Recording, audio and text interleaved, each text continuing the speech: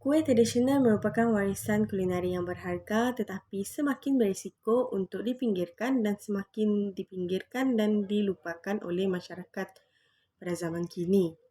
Dalam budaya makanan moden, ini adalah isu yang perlu kita beri perhatian kerana kuih tradisional sahaja adalah bukan sahaja makanan tetapi juga sebahagian daripada sejarah dan warisan budaya kita yang harus kita kekalkan dan praktiskan pada masa kini.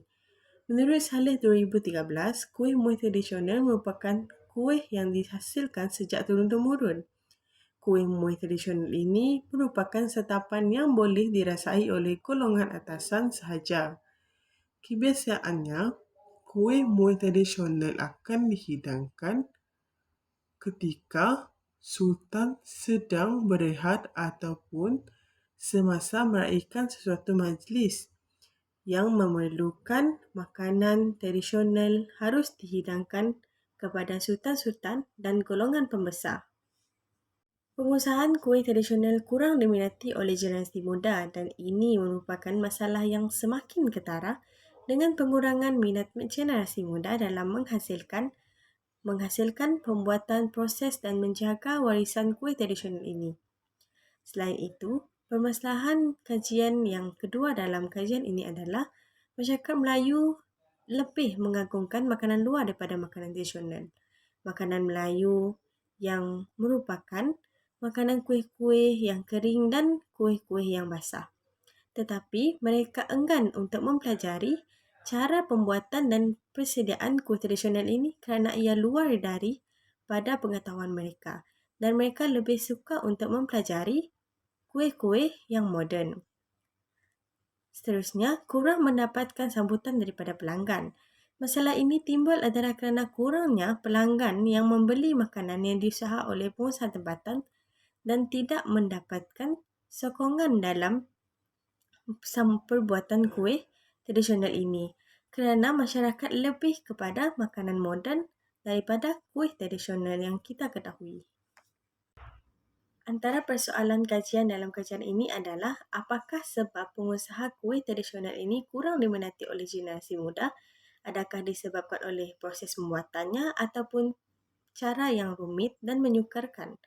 Persoalan yang kedua adalah mengapakah masyarakat Melayu lebih mengutamakan makanan luar daripada makanan tradisional mereka sendiri? Dalam konteks ini, pengkaji akan meneliti mengapa masyarakat lebih mengutamakan makanan luar seperti cheese tart, brownies dan banyak lagi makanan-makanan moden. Dan persoalan yang ketiga pula adalah bagaimanakah cara bagi pengusaha mendapatkan sambutan daripada pelanggan?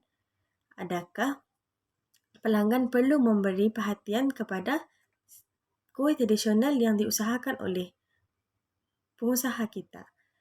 Pelanggan mungkin sudah bosan dengan makanan tradisional yang pastinya akan lari kepada makanan yang lebih menarik dalam pembungkusannya.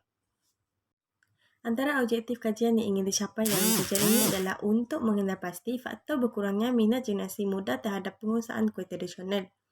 Seterusnya adalah untuk mengkaji penyebab masyarakat Melayu lebih mengutamakan makanan luar daripada makanan mereka sendiri. Objektif yang terakhir adalah untuk menganalisis faktor berkurangnya sambutan yang diberikan oleh pelanggan. Dengan ekonomi yang tidak menentu, pada masa kini setengah pelanggan tidak mampu untuk membeli serta memberikan sokongan untuk membeli kuih tradisional yang bahkan harganya murah dan berpatutan untuk membeli. Bahkan mereka lebih berminat untuk membeli makanan moden yang jauh lebih mahal daripada kuih tradisional yang diusahakan oleh peniaga tempatan. Lokasi kajian yang akan dikaji adalah di kawasan persekitaran daerah Kabung yang merupakan daerah yang kecil dan sedikit jauh ke pendalaman. Daerah Kecil Kabung terletak di daerah Saratok, bahagian Betong, Sarawak yang meliputi kawasan seluas kilometer persegi.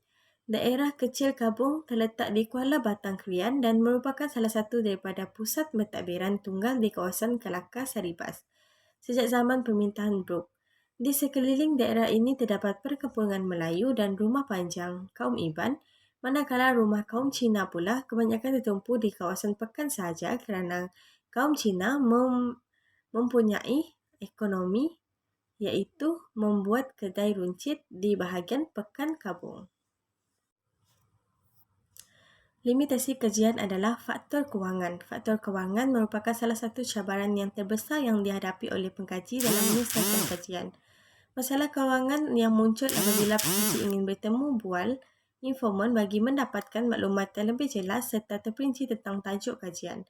Faktor pengangkutan. Dalam faktor pengangkutan, pengkaji sendiri harus memikirkan cara untuk pergi ke kawasan kajian iaitu di Kabung, tempat kajian yang jauh dan memerlukan 4 hingga 5 jam untuk sampai ke destinasi. Faktor masa yang terhad. Masa yang terhad serta pengkaji terkadang tidak dapat membahagikan masa untuk menemubual informan kerana masa yang singkat dan informan tidak dapat menjelaskan dengan lebih baik tentang kuih tradisional yang dikaji oleh pengkaji.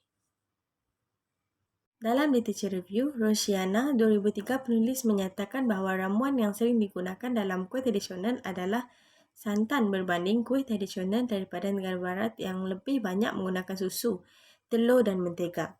Di dalam artikel ini, penulis menitik berat tentang kaedah penyimpanan kuih tradisional untuk mengetahui tahap ketahanan kuih tersebut. Menurut Othman 2010, kuih tradisional Melayu merupakan salah satu makanan atau kuih tradisi daripada masyarakat Melayu yang mempunyai keistimewaan dan rasanya yang tersendiri. Selain daripada itu, kesemua bahan yang digunakan untuk menghasilkan kuih tradisional ini hanyalah menggunakan bahan-bahan tempatan yang diproses secara tradisional sahaja.